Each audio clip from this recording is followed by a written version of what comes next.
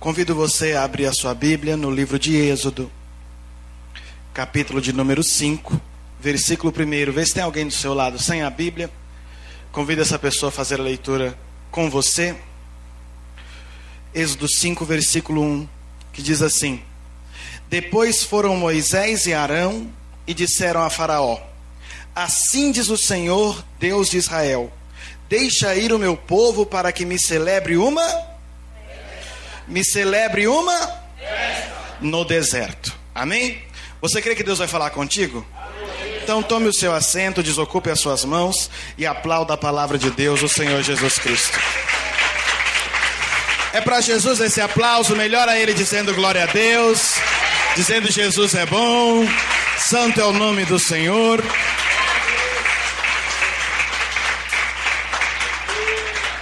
Buscando a excelência no mundo, nos tempos modernos. A excelência são as coisas superiores. As coisas inferiores nós chamamos de mediocridade. E o texto base é que o Senhor tem os seus tesouros em vasos de barro, para que a excelência do poder, ou seja, as coisas superiores, a glória seja dada a Deus e não a nós. Onde você costuma guardar suas coisas preciosas em casa? Tem pessoa que guarda o dinheiro no bolso do terno, né? Tem pessoa que guarda as joias num porta-joia bem bonito. Se Deus tivesse uma casa natural, Ele não o tem, porque nenhuma casa o caberia. Deus esconderia o seu tesouro num vaso de barro. O ladrão nunca encontraria o tesouro na casa de Deus, porque ele procuraria um cofre. Ele vasculharia os bolsos dos ternos. Ele vasculharia os porta-joias da casa, mas os tesouros estariam escondidos dentro dos vasos de barro. Nunca ia encontrar os tesouros. Por que muitas vezes nós somos desvalorizados, nós somos muitas vezes tratados como nada? Muitas vezes as pessoas não dão valor, como foi cantado aqui hoje, dizem. Por que dizem tanta coisa diferente da nossa realidade? Porque as pessoas não conseguem ver o tesouro de Deus que está dentro de você. Porque elas olham e só veem um vaso de barro. Vaso de barro não vale nada. Vaso de barro você encontra em qualquer feira. Vaso de barro tem para todo lado. A diferença não está em você. A diferença está no que está dentro de você. A diferença está não no que você possui por fora. A diferença não está no que você tem, pelo que você conquistou com o seu estudo ou com o seu trabalho. Isso é vaso de barro, se quebra a qualquer hora. Agora a diferença está no Espírito Santo que foi te dado. Esse é o tesouro que foi dado para você. E isso é de Deus, é só Deus que pode dar. Isso está escondido. Escondido. E isso é superior. E é andar nessa superioridade que Deus nos convida. Não na mediocridade de não ter esse tesouro. Eu fui criado na igreja. Eu costumo dizer que eu comecei a frequentar a igreja antes de nascer. Porque minha mãe ia na igreja comigo no ventre, então antes de eu nascer eu já estava na igreja. E nesses poucos anos, né, pouquinho, que eu nasci há pouco tempo, a igreja passou por muita mudança. A igreja brasileira, muita. Algumas positivas e outras negativas. Vivemos nos tempos modernos. E como alcançar a excelência em tempos modernos? Nós temos alguns desafios. Vivemos numa época de tecnologia. Algumas coisas são ótimas. Quando é que eu ia ter a oportunidade de pregar para pessoas em tantos lugares ao mesmo tempo como eu estou fazendo agora? Não sei para quantas pessoas eu estou pregando agora, mas eu estou pregando. Eu não teria essa oportunidade há 100 anos atrás. Não é essa a minha idade, né? Mas eu não teria essa oportunidade. Essas são as vantagens dos tempos modernos. Meu bisavô, se ele quisesse comer batata frita, ele teria que plantar a batata. Dar a batata para minha avó descascar a batata, cortar a batata. Eu quis comer batata frita, eu fui lá no mercado e comprei ela congelada. Coisa mais fácil do mundo. Tudo é muito prático, tudo é muito rápido. No entanto, eu reclamo que não tenho tempo, enquanto meu avô tinha tempo de sobra, dormia 8 horas da noite. Eu tenho mais facilidades e menos tempo. John é um dos antigos heróis da fé, assim chamados. Agora não me recordo, minha memória falha, e eu não sei se é John Wesley ou Lutero. Ele dizia que no dia que ele estava com a agenda, no dia que ele estava preocupado, porque tinha algo muito sério para resolver, ele orava 4 horas antes de fazer qualquer coisa. Porque no dia que ele estava tranquilo, ele orava muito mais. Quantos de vocês, antes de sair para trabalhar, num dia apertado, tem orado 4 minutos? Não levante a mão, reflita. Os nossos dias são mais corridos. E mais, vivemos em São Paulo. Em São Paulo você não precisa descer do ônibus, ou descer do trem, ou descer do metrô. Basta você estar na porta, as pessoas te colocam para fora. As pessoas te colocam para dentro. Eles te ajudam, né? Vamos pensar nisso. Nos ajudam. E como conseguir a excelência? Como não viver um evangelho medíocre? Um evangelho em que nós falamos de Cristo, nós cantamos sobre Cristo, pregamos sobre Cristo, mas não conhecemos Cristo. Esse evangelho que se fala de Cristo e não se vive Cristo é medíocre. Nós precisamos do evangelho excelente, onde se fala do Cristo que se conhece, onde se fala do Cristo que não está na igreja, mas do Cristo que vai com você para casa, do Cristo que está com você no trabalho, do Cristo que conhece você e sua família, do Cristo que anda com você no carro, do Cristo que está com você quando você se deita na tua cama, do Cristo que vive com você, do Cristo que está com você em todo tempo, do Cristo que muda a vida. Esse é o evangelho excelente. Abraão, nossa, que grande Abraão. Moisés, como era grande Moisés. Moisés queria ter o que você tem. Que besteira, pastor. Se você tem um evangelho excelente, Moisés queria estar no seu lugar. Porque Moisés conversava com Deus face a face, mas nós temos Deus dentro de nós. Moisés tinha Deus por ele, Moisés tinha Deus com ele. Nós temos Deus em nós. Isso é privilégio nosso. Abraão não teve esse privilégio, Isaías não teve esse privilégio, Moisés não teve esse privilégio. Esse é privilégio da igreja. João Batista, Jesus disse que ele foi o maior dos profetas. João Batista. Mas qualquer um que faça parte do reino de Deus agora é maior do que ele, porque nós temos Cristo dentro de nós. Olha que coisa bonita. Isso quando vivemos o evangelho excelente. Os tesouros dentro do vaso de barro. Ou melhor, o tesouro dentro dos vasos de barro. Quando temos este privilégio, este evangelho excelente. E como viver o evangelho excelente em tempos modernos, tempo de corre-corre, tempo de tanta tecnologia, voltando aos princípios antigos. Alguns princípios antigos têm que ser restaurados. Quais princípios antigos? Vejam primeiro. No capítulo 8 de Êxodo, versículo 25, diz assim: chamou o faraó a Moisés e a Arão e disse: ide, ofereceis sacrifícios ao vosso Deus nesta terra. O Senhor, Ele quer que você tenha uma vida de festa. Foi o que nós lemos no primeiro texto. Ou seja, isto é o evangelho excelente. Mas como viver essa vida de evangelho excelente? Você tem que caminhar 3 dias e ir até o deserto para viver a festa. E o diabo deixa? O diabo é simbolizado nesse texto por Faraó. O diabo quer que você faça isso? Essa guerra. E o diabo quer que isso aconteça? Não quer. Mas aí o faraó, ele sabe que não... Ele tenta fazer um acordo. Sabe acordo? Quando vê que está perdendo, vamos então combinar assim? Nem você, nem eu. O faraó, ele faz isso. Então ele diz assim, olha, pode sacrificar. Mas sacrifica nessa terra. Não vai no deserto, não. Sacrifica aqui no Egito mesmo. Pode sacrificar, mas sacrifica aqui no Egito. O diabo não é contra você servir a Deus. O quê, pastor? É verdade.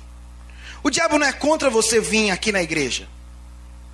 O diabo não é contra você vir aqui nos cultos, cantar, levantar a mão para o céu, bater palma, dobrar seus joelhos, entregar sua oferta, seu dízimo, desde que você continue mundano. O diabo deixa, vai lá, vai mesmo, vai, pode ir, mas não muda não, não muda, continue essa mesma pessoa ruim que você é, continue essa pessoa sem mudança, não, você vai, só que não tenha mudança. Você pode ir para a igreja, mas continua nessa terra, seu coração continua aqui. E a resposta de Moisés no versículo 26 foi assim: nós não podemos, porque os nossos sacrifícios, eles são abomináveis para o povo daqui. Os nossos sacrifícios, eles não são aceitáveis para o povo daqui. Jesus Cristo, quando orou por nós, lá em João 17, ele disse: Pai, o mundo os odeia, porque primeiro odiou a mim. Ei, irmão, entenda bem uma coisa. Deus, ele não te chamou para apenas vir sentar aqui. Deus, ele te chamou para ter uma vida nova com Ele. Deus, ele te chamou para viver o que ninguém pode viver, a não ser que tenha Jesus Cristo transformando esta vida. O que é viver o que ninguém pode viver? É viver uma vida numa terra diferente, mesmo estando nesta terra. Como isso é possível, pastor? É recebendo a nova natureza de Deus. Jesus Cristo te chamou para nascer de novo, perdoar quando não é possível liberar perdão, amar quando o seu coração quer odiar. Ei, Deus te chamou para viver numa nova terra a partir de hoje, a partir de já. Viver com sacrifícios que para esta terra são totalmente estranhos. Perdoar o inimigo, se você perdoar o inimigo lá no seu trabalho, eles vão dizer que você é besta. É isso ou não é? O mundo diz assim, ó, ajunta, só ajunta. A Bíblia diz, dá. A junta que você vai ter, a Bíblia diz, dai-vos será dado. O mundo diz assim, olha, os bravos vão conquistar. Jesus disse, os mansos herdarão a terra.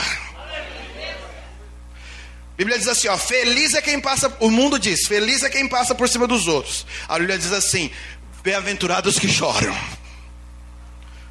Os nossos conceitos, eles são abomináveis para o mundo. Mas a Bíblia diz, o mundo passa e a sua concupiscência também. Aquele que faz a vontade de Deus, esse permanece para sempre. Deus te chama para isso. Ei, se afasta do Egito. Isso é viver excelência nos tempos modernos. Não um evangelho medíocre.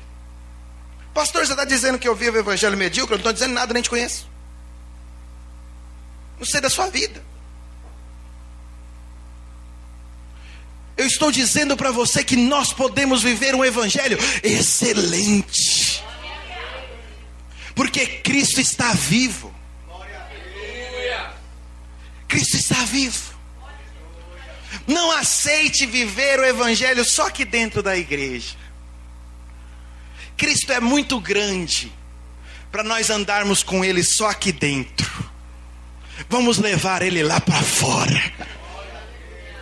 Quando eu casei, em 2005, eu casei no civil, aí eu não sabia dirigir, minha esposa dirigia. Aí eu saí lá do cartório, a Regiane dirigindo e eu no banco do carona. né? E fiquei assim muito tempo ainda. Não tinha carro. Aí quando a gente comprou o carro, aí eu falei, vou tirar a carta, agora já chega, de boa vida. Aí a Regiane dirigindo, eu no banco do carona. Aí eu passava pelas pessoas, eu mostrava a minha aliança, fazia assim, eu casei. Aí uns olhavam pra mim com a cara tipo, é doido. Outros diziam, parabéns. Eu não conhecia ninguém da rua, mas uns me cumprimentavam, outros ficavam com a cara assim, ninguém me xingou. Mas a minha alegria era grande, eu queria compartilhar. Tem muita gente que já entendeu o que eu estou dizendo. O evangelho excelente é muito grande, a gente tem que compartilhar. O evangelho medíocre dá para guardar para viver só de domingo. Agora o evangelho excelente não, é de domingo a domingo. O evangelho excelente é de domingo a domingo. A gente vive ele no trabalho, a gente vive ele em casa, a gente vive ele na rua, a gente vive ele todo o tempo, porque é o tesouro de Deus que está dentro de nós. Aí o faraó ele diz assim, ó, tá bom, vai. Não vive então só na igreja, vai. Pode ter uma mudancinha, vai. Faz uma mudança. Vamos fazer um outro acordo. Vamos ler o acordo lá, no capítulo 8, o versículo 28. O diabo tenta fazer um outro acordo. Ele diz assim, então disse Faraó, deixar-vos-ei ir. Então vai. Para que ofereçais sacrifício ao Senhor vosso Deus no deserto. Somente que saindo, não vades muito longe. Orai também por mim. Olha como ele é bonzinho. O diabo diz assim, olha, você vai então, sai do mundo. Tem uma mudancinha, mas não vai longe. Não muda muito não. Sai do mundo, mas não sai tudo. Fica perto. E orai por mim. Olha como o diabo é interessante, né? Orai por mim, ou seja, não me esqueça. Ficar próximo ao Egito é ficar sob a influência do mundo. Muitas pessoas saíram do Egito, mas ainda continuam debaixo da influência do mundo. E não esquecem do faraó. Tem uma lembrança do faraó constante. Não esquecem dele. Mas quando Deus deu a ordem ao Moisés, ele falou que era para caminhar no deserto o caminho de 3 dias. 3. Era um caminho longo. Olha, para caminhar 3 dias. Quando Jesus estava andando, que Herodes ameaçou matar, Jesus disse, eu vou caminhar hoje, amanhã e no dia seguinte. É 3 dias. Caminho de 3 dias é caminho de renúncia. É renunciar para alcançar a vontade de Deus. Entenda bem, o que Deus te chama é para você renunciar a toda influência do mundo. Tem umas pessoas que contam os testemunhos, me desculpe dizer isso, mas eu digo sem medo, porque graças a Deus eu não conheço vocês, então ninguém vai dizer, falou comigo. Se foi com você, é Deus que está falando, receba. Vantagem de ser convidado é essa, né? Pessoa fala assim, quando eu era do mundo, eu fazia, mas ela fala com gosto. Ó, irmão, você tem sorte que eu me converti, porque se eu não fosse convertido eu ia quebrar sua cara. Mas isso na verdade é assim, ó, se prepara porque eu estou quase desconvertendo. É uma ameaça. Essa pessoa ainda está com uma lembrança do faraó. Ela ainda não caminhou os 3 dias. Oséias ele diz assim, vinde, voltemos ao Senhor, porque Ele nos despedaçou e nos sarará. No 3º dia, nos revigorará. É caminho de 3 dias.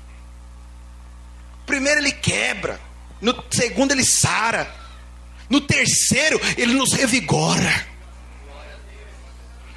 Tem pessoa que quando Deus quebra, ela já não aguenta mais. Eu vou sair. Eu não aguento mais. Não estou aguentando. É caminho de 3 dias. E 3 dias aonde? No deserto. Tem que sair da influência do mundo. Tem que esquecer o faraó. O povo do Egito, quando saiu, começou a caminhar e disse: ai, que saudade daquela cebola e daquele pepino. Irmão, eu como cebola e como pepino, mas não é coisa para ter saudade. Não é coisa para ter saudade. A pessoa está lá: oh meu Deus, quando eu era do mundo eu fumava 3 maços de cigarro. Ó que orgulho. Saudade do faraó. Ei, sai da influência do mundo, Deus já te sarou. Esquece isso. Esquece, deixa isso para trás. Você tem um caminho novo. Você não está mais sob a influência do mundo. Agora é para você andar sob a influência do tesouro de Deus que Ele colocou dentro de você. Agora é para você andar sob a influência do Espírito Santo. Tem um caminho excelente. E eu não estou te falando para você que não é para você contar testemunho, não. Alguém tem que testemunhar o que Deus fez, porque Deus transforma. Eu estou falando que tem pessoas que não testemunham. Elas sentem saudade. São saudosistas. Entenda bem o que eu estou falando. Não ameis o mundo, nem o que no mundo há. Porque quem ama o mundo, o amor do Pai não está nele. Tem que sair da influência do mundo. Esse é o caminho para a excelência do Evangelho. Não basta vir à igreja. Não basta perdoar as pessoas. Deve-se não amar o mundo. Pastor, a verdade é que eu amo o mundo. Coloque isso diante de Deus. Deus, eu tenho amado o mundo. Acaba o culto, eu fico assim, doido para ir pro funk. Irmãos, tinha uma mulher na igreja que ela saía acabava o culto, ela dizia: já fiz minha parte com Deus, agora eu vou fazer minha parte com o diabo. E ela ia pro baile. Aí eu fico pensando, será que ela era a única? Ou será que ela era quem confessava?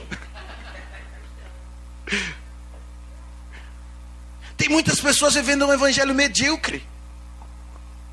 O pastor começou a fazer academia e tinha lá um outro fazendo academia e contando que pegava não sei quem, não sei quem. Ah, eu pego várias. O pastor falou assim: você tem que se converter. Ele falou: não, sou obreiro.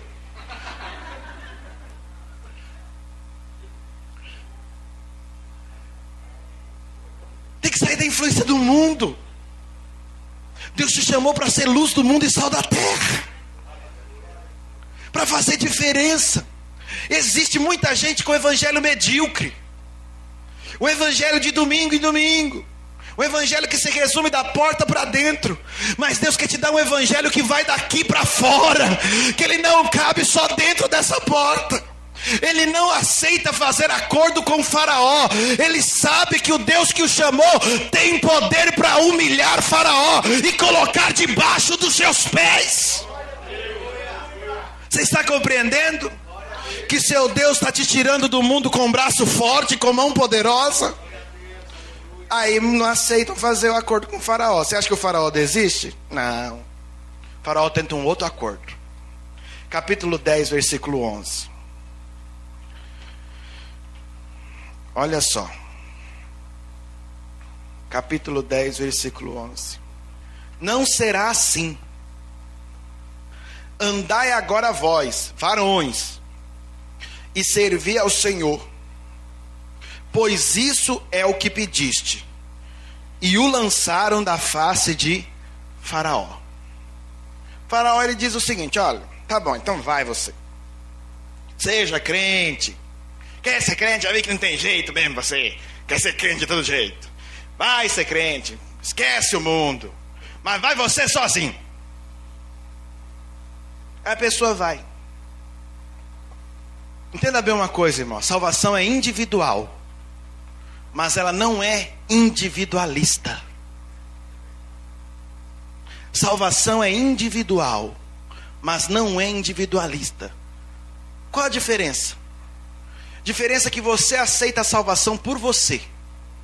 Eu não posso aceitar a salvação por você. Senhor, eu aceito que todo mundo que está aqui hoje vai ser salvo. Eu não tenho essa capacidade. Depende de você aceitar a salvação. Depende de você aceitar andar com Deus. Depende de você aceitar andar com Jesus. Mas tem uma coisa, isso significa individual. Mas tem uma coisa, um porém. Ninguém vai ser salvo sozinho. Eu vou para o céu e pronto, e quem quiser que se lasque. É eu e pronto. Faraó disse a Moisés o seguinte: olha, então agora vai, mas vai só os homens. Eu vou para o céu sozinho. Moisés disse: não vai ser assim. Nós vamos todo mundo. Não vai só os homens. Eu conheci uma mulher que ela dizia para o marido dela assim: vamos para a igreja? O marido dela dizia assim: não vou não. Ela dizia assim: então eu vou, fica você aí, morre e vai para o inferno. A boa estratégia de evangelismo, né? Péssima. Pois é.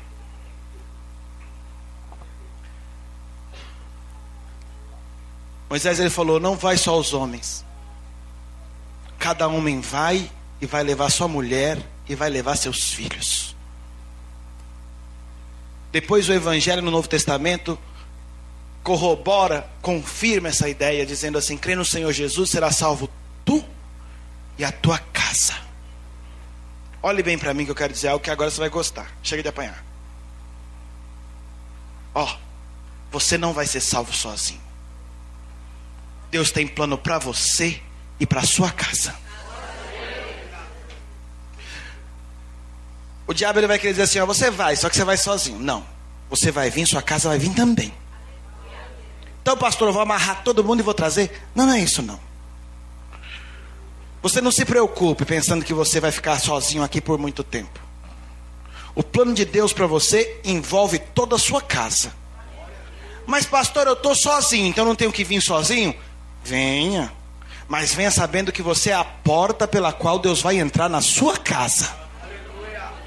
Você é o caminho a qual Deus vai chegar em toda a tua casa. Quando você chega em casa, você se comporta sabendo que você é a ponte que leva Deus lá para dentro. Quando você sai daqui, você sai sabendo que você está levando Jesus lá para a sua casa. Eu não estou saindo da igreja para casa de qualquer maneira. Eu estou saindo daqui para casa levando Jesus para o meu marido, para minha esposa, para os meus filhos, para o meu pai, para minha mãe. Ainda que eles não quiseram vir, eu estou levando Jesus até eles, porque eu não vou ser salvo sozinho. Eu não aceito esse acordo. Eu não aceito esse acordo. Vai só um, vai só os varões. Não, sozinho eu não vou. Eu vou com toda a minha casa.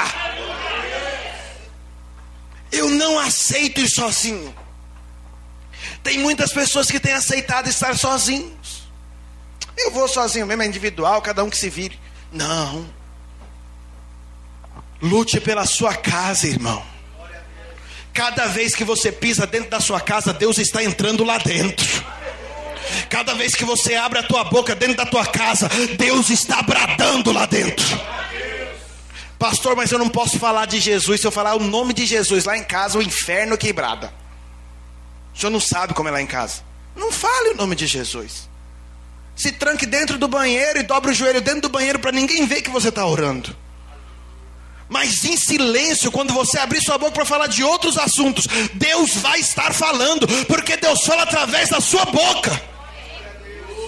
É possível? É.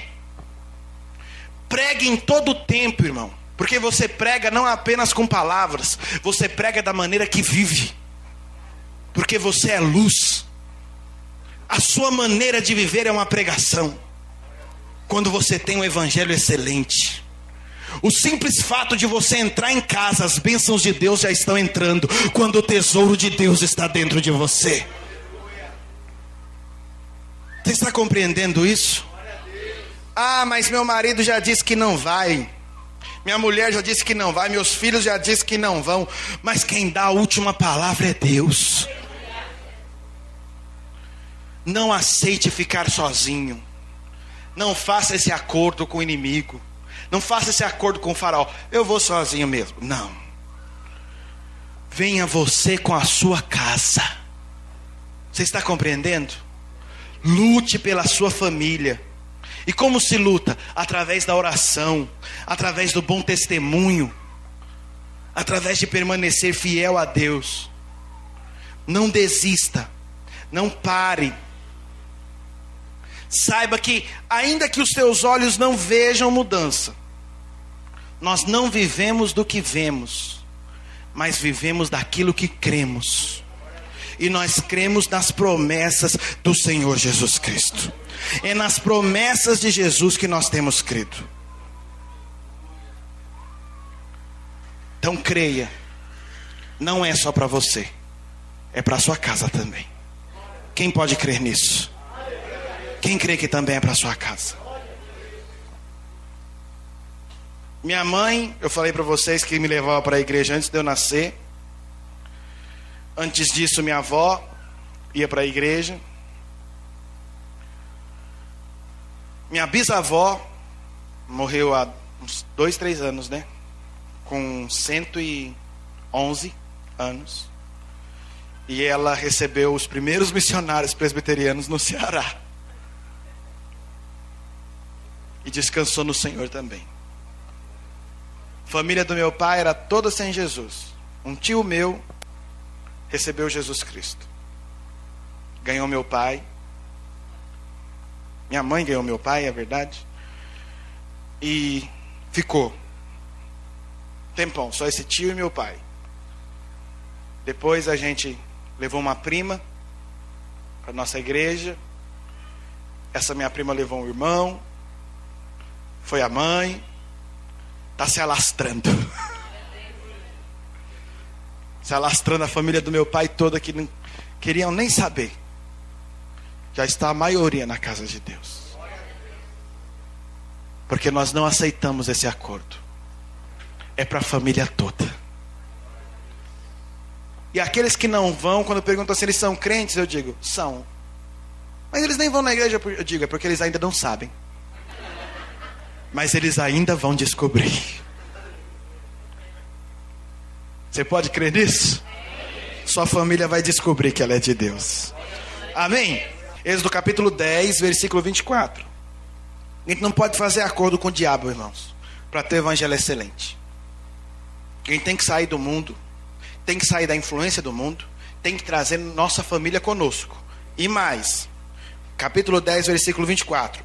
Então Faraó chamou a Moisés e disse: Ide, servi ao Senhor, somente fiquem vossas ovelhas, vossas vacas, vão também convosco as vossas crianças. Olha aí, Faraó, quando ele está perdendo, ele vai, como o homem vai perdendo, ele vai deixando. Mas ele quer segurar alguma coisinha. Então vai até as crianças podem ir, mas fica as ovelhas e as vacas. E eu não vou dizer que é para você resgatar seus bens, porque o plano do diabo aqui vai muito além dos bens. Porque quando ele quer segurar as ovelhas e as vacas, ele sabe que no deserto a intenção era fazer festa. Tem muito crente que morre de medo de deserto. É interessante que cada grupo tem sua gíria, e os crentes também têm sua gíria. Eu fico imaginando às vezes quando um ímpio escuta 2 crentes conversando no ponto de ônibus. Aí tá lá o ímpio todo feliz lá no ponto de ônibus, tranquilo, esperando o ônibus. Aí chega um crente e cumprimenta outro crente: Paz, irmão, tá na bênção? Tô na prova. Já começou a não entender. Mas que prova, irmão? Deserto terrível. Não se preocupa não, Deus vai bradar e vai ser manto na terra. Ele mas é estreito. Tá entendendo? Você tá entendendo, né? Agora o ímpio fica perdido. Mas tá bom. E você que está no deserto, não se preocupa, porque Deus coloca a gente no deserto para fazer festa. E como o Faraó sabia que o propósito de Deus era eles fazerem festa, o Faraó diz assim: vocês não, mas vocês não vão levar ovelha nem vaca. Por que não podia levar os animais? Porque a festa era feita com sacrifício de animais. Não vão para lá com os animais. Por quê? Não vai ter sacrifício. Ou seja, o diabo está dizendo assim, ó, vai lá, muda de vida, sai da influência do mundo, leva a sua família, mas no seu culto não pode ter sacrifício. Faz um culto sem sacrifício. Por quê? Porque o culto sem sacrifício não é culto. É um culto vazio. Um culto sem sacrifício, ele não é culto real. O apóstolo Paulo, ao escrever aos Romanos, ele diz assim, ó, não se conforme com este mundo, ou seja, não viva na mediocridade. Tem um monte de gente aceitando o evangelho medíocre, mas você não se conforme com isso, mas transforme este mundo. Como que eu vou transformar o mundo, pastor? Mudando sua maneira de pensar. Como? Renove o seu entendimento. É possível viver um evangelho excelente, ainda que tenha muitas pessoas vivendo na mediocridade, debaixo da influência do mundo, debaixo da influência do mundo, sem se importar com a família, sem sacrifício. É possível viver o evangelho excelente. Ah, mas eu não vejo ninguém. Tem 7.000 escondidos aí que Deus falou ainda. Tem pessoas aí. Tem. Só que eles não estão nos grandes centros, nas grandes catedrais. Eles estão escondidos nas igrejinhas de ruas de canto. São 7.000. Estão escondidos. Renove o seu entendimento. E aí? E aí ofereça o teu corpo como um sacrifício vivo, puro, santo e agradável a Deus. Esse é o vosso culto racional. Quantos de nós estamos dispostos a nos oferecer a Deus como um sacrifício vivo?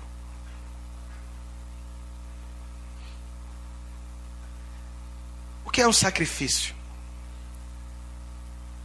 Me sacrificar. Certa vez eu ouvi um testemunho que me preocupou um pouco. A irmã falou que a filha dela, pequenininha, estava enferma.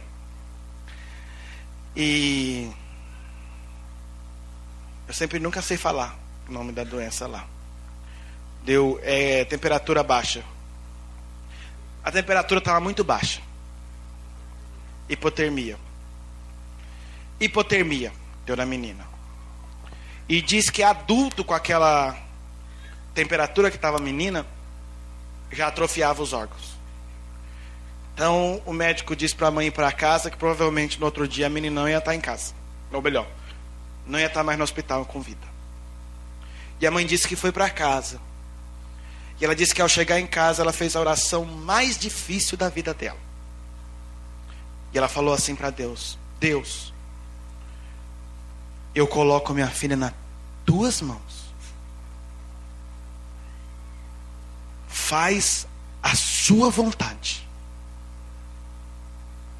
E no outro dia ela foi para o hospital. E a filha estava curada. Os médicos não sabiam explicar como. E o que me preocupou nesse testemunho é porque muitos de nós, ou todos nós, muitas vezes, temos medo de colocar a nossa vida na mão de Deus, para Ele fazer a vontade dEle. Porque quando ela disse, foi a oração mais difícil da minha vida, deu a entender o seguinte: se eu falar para Deus, faz a sua vontade, Ele vai levar minha filha. Quando ela disse, foi a oração mais difícil da minha vida, é porque se eu falar para Deus, faz a sua vontade, eu não sei o que Deus vai fazer. Quantas vezes nossas orações, elas na verdade são cartilhas que nós passamos para Deus. Quantas vezes nós já demos cartilhas para Deus? Como assim, pastor?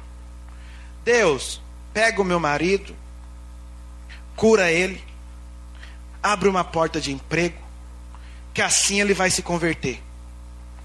Aí eu acho que Deus olha do céu e diz: nossa, estou aprendendo.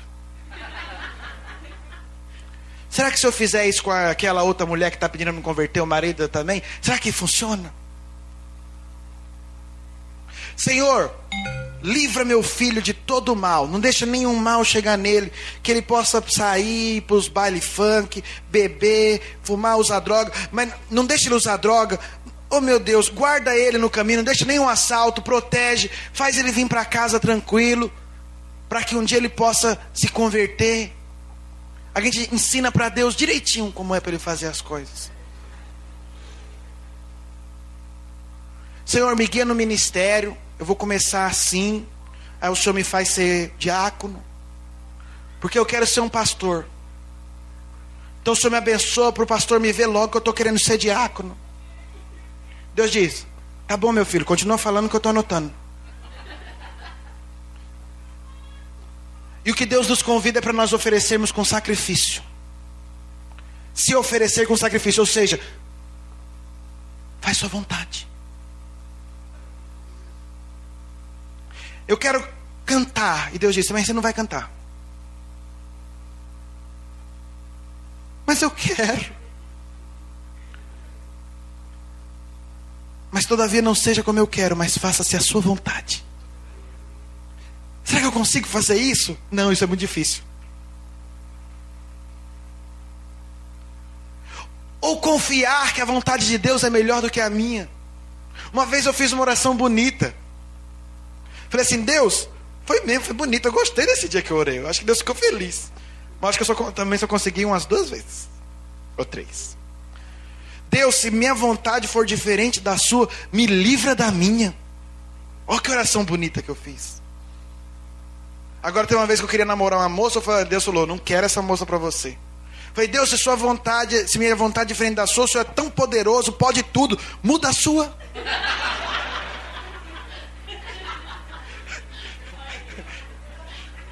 Vocês não pensaram que eu estou querendo dizer aqui que eu sou bom. Não, já fiz oração feia também. Já fiz. Coração enganoso. Mas eu já fiz oração bonita também. Pastor também erra. Mas na época eu não era pastor. Mas tá bom. A questão é que Deus nos convida para oferecer sacrifício a Ele. Para alcançar excelência, não basta sair do mundo, tem que sair da influência do mundo.